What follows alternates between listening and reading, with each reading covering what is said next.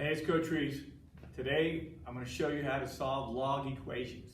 All right, before we get going too far, I want to make sure that we review converting to an exponential form so we can solve some of these. Okay, so think about this. If I wanted to convert this to an exponent, remember what we said. This is our base. The 5 is our base. Excuse me. Our base will stay a base, and then we switch places with the other components. So this would turn into 5 to the second power equals 25. And we know this is a true statement, okay? So just remember that when we convert from log to exponent, we can do this. All right, so look at this. Here's some rules before we get going too far when we solve. We cannot take the log of 0. If you try to take the log of 0, it's going to tell you, your calculator is going to tell you it's undefined. Also, we cannot take the log of a negative number. Okay, not possible. Okay, so if you do that, that's going to give you a no solution, or if we're checking for extraneous solutions in a minute, we're going to have to kill that answer. Okay? And then last, right here, this is a tricky thing. Okay, this is log equals. What we're trying to say here is when you have a log, every log has a base, okay? And if they do not specify a specific number to be the base, it's an invisible or understood 10, okay? Just like you know, if I give you a radical and they don't do anything else, we know that that is the square root. There's an invisible 2 there. Same thing is true for a log. If I do not specify a specific log number down here, then it's understood it's going to be log base 10. Okay, you need to remember this. Okay, so if you have just a log, you need to understand that it's log base 10. Okay, moving forward. So we're going to ask you to solve an equation. To solve this log equation, we're going to have to convert it to exponential form. What's our base? Our base is a 3. Your base will stay your base, and then we're going to switch components, all right? The 3 is no longer hooked up with the 3x. It's going to be 3 squared equals 3x. You changed partners, didn't you? Okay? And then what is 3 squared? 3 squared is 9 equals 3x. When you divide by 3, we're going to find out that x equals 3. Simple enough? Okay, let's keep going. Let's erase some of this so we can get going. All right, so here, same thing. What's our base? Remember what I said. If they do not specify what the base is, it's an understood 10. So right here, my base is a 10. And then we have to switch components, right? The 10 will be hooked up with the 2. And that will be 4x. 10 squared is 100 equals 4x. And then when you divide by 4, you're going to find out that x equals 25. It's that simple. We're taking a log equation, we're converting it to an exponential form, and then we can solve that equation. Let's try some more. All right, so there are the directions they're going to ask you to round to the nearest 10,000th. That's 4 decimal places, so you're going to look at that 5th guy and make a decision if you're going to round up or not. Okay? So look at this. The next thing we need to understand is when we have an equation like this, if I see an addition sign, addition means multiplication. So right here, this addition sign means we're going to multiply. And this is how we're going to use the word condense. This is how we're going to condense this side. We're going to say log, and then we're going to say 5. We're going to treat this as multiplication. We're going to say 5 times x is 5x. 5, we're going to treat that as multiplication times x. 5 times x is 5x.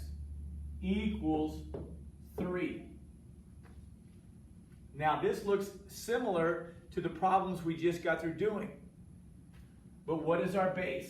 Our base is what? Our base is 10. So when we convert this to exponential form, we're going to say our base stays a base,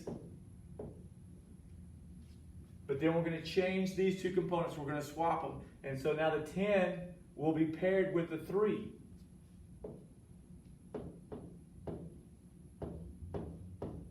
In this case, we're going to say 10 to the third power is 1,000.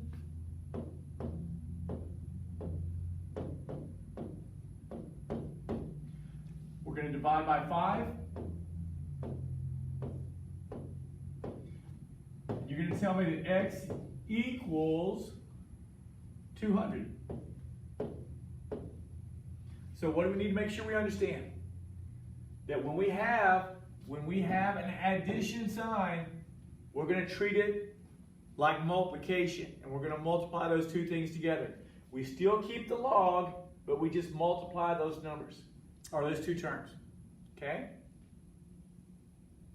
So if addition means multiplication, subtraction will mean division. So in this case, I have subtraction, we have subtraction, so subtraction is going to mean division. We're going to say log base 2. What do we have? I have 2x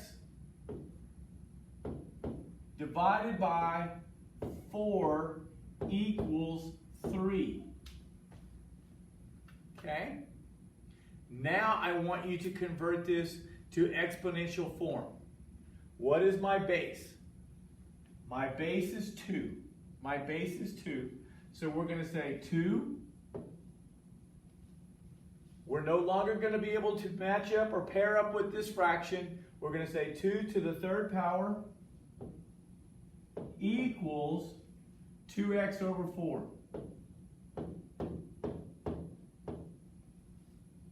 Now, what I would probably do is I would try to reduce this if I were you. I would try to reduce the 2x over 4. Okay? I would come in and say that 2 goes into 2 one time, 2 goes into 4 two times, and now you're looking at 2 to the third power equals x over 4. Okay? Well, what is 2 to the third power? 2 to the third power is 8. Let me bump this down just a little bit. Okay? 2 to the third power is 8 equals x over 4. To move the 4 from the denominator, we go times 4, cancels, x equals 32. Not hard, not hard. What are we trying to stress? Subtraction means division, okay? So you're going to set up a fraction bar for division. That means to divide, okay? Let's try another one. All right, what did we say?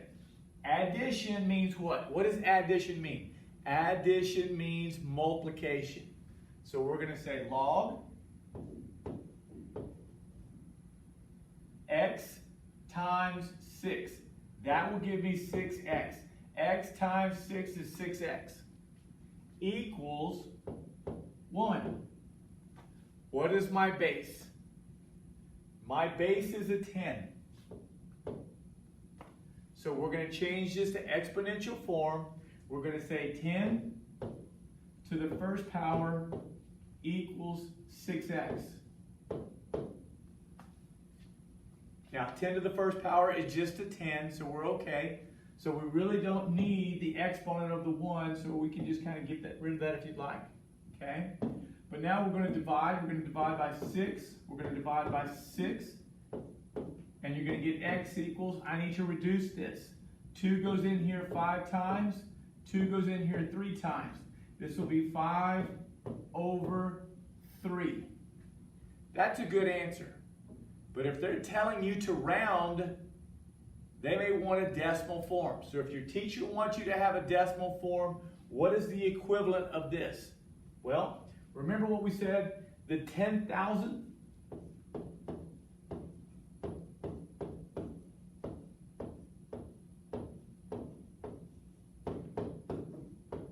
That's 4 decimal places.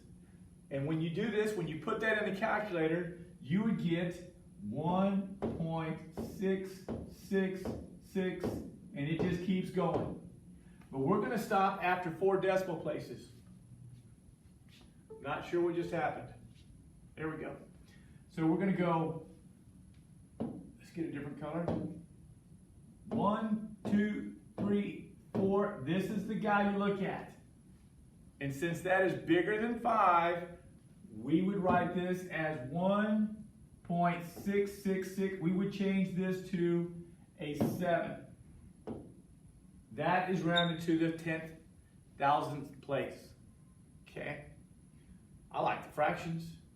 Be ready for the decimal. Okay? All right, let's try another problem. All right. Every term, if every term has the same base, that's good. If every term has the same base, then all we do is everything kind of drops out and we set up an equation. Meaning, if this is log base 15 and this is log base 15, I can set my problem up as negative k equals 5k. So if the bases are the same, then I can take this and set it equal to that. That's if all the bases are the same. Okay? We work this problem. We're going to go plus k. I get 0 equals 6k. I divide by 6. I get k equals 0. You need to check for good answers. You need to check for extraneous solutions. You have to make sure that they'll make a true statement. Okay? Do you remember what one of the rules was we said when we were going to solve these? We said, let's go back real quick.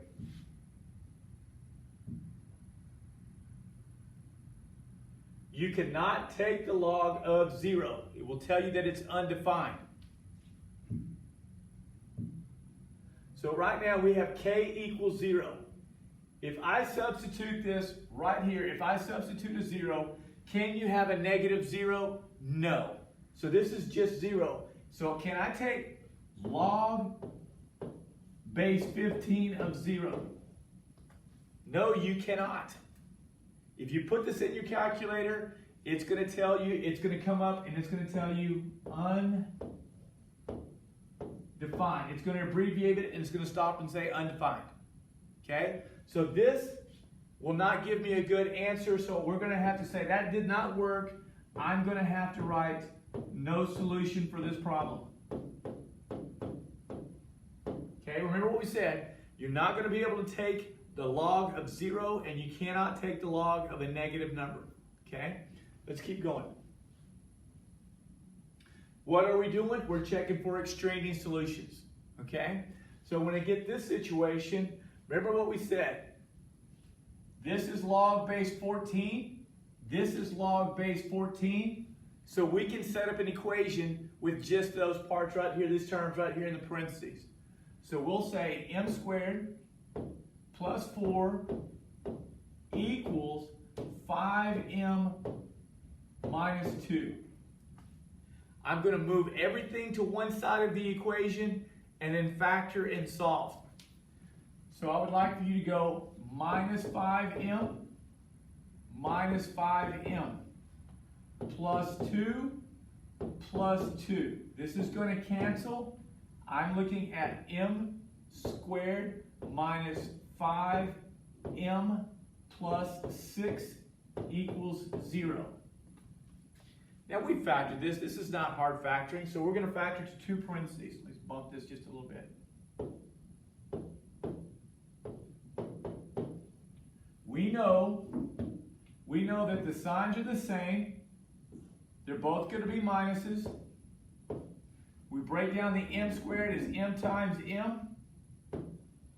Our 6, we're over here, and that is a positive 6, which means we're going to add. I've got 1 and 6. I have 2 and 3. I need to have which one of these combinations added will give me a 5. You got to be careful. 6 is a tricky number. But since this is a positive 6, we want a combination that added together. Not subtracted, but added. And 2 plus 3 is 5. This is what we want to use. And this is going to give me a solution of 2 and a 3. And we need to check to see if those are going to be good solutions. So we're going to go up to the top, and we're going to substitute. And we're going to say 2 squared. We're going to say 2 squared is 4. 4 plus 4 is 8. 2. 5 times 2 is 10. 10 minus 2 is 8. The 2 is good. It checks. Try the 3. Okay, let me erase this real quick. 3. 3 squared is 9. 9 plus 4 is 13. Okay? 3.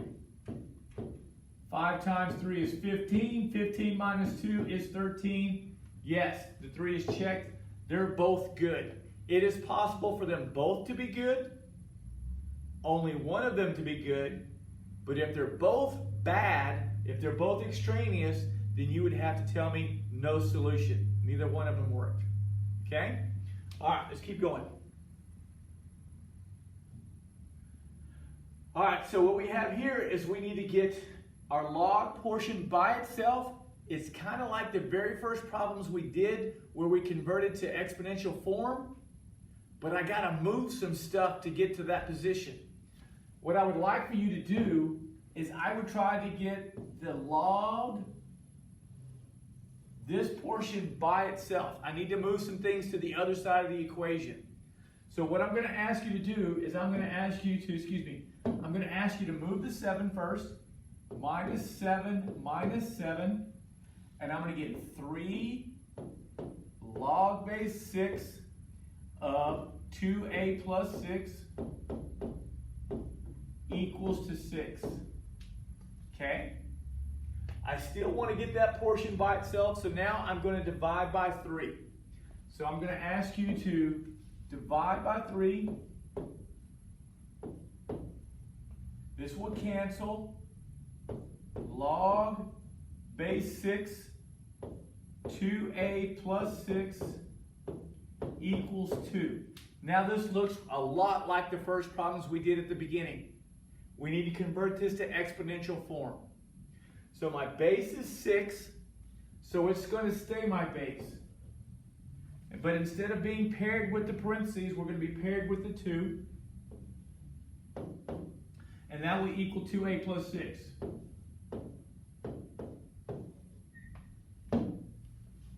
So what is 6 squared? 36. 36 equals 2a plus 6. Solve the equation. Minus 6 minus 6, 30 equals 2a. Divide by 2. Divide by 2. A equals 15. There it is. We're good. Okay, A equals 15. A lot of little steps, but it all turned out to be really close to the first type of problem we worked with today, and we converted it to exponential form. Okay? Let's see if I have anything else for you. Got a couple more problems. Let's see what we can do. Log base 5. Let's check this out. Log base 5. This one is log base 5. This one is log base 5. Remember how we did one a while ago? This one has an extra term, but it's still, everything has the same log base.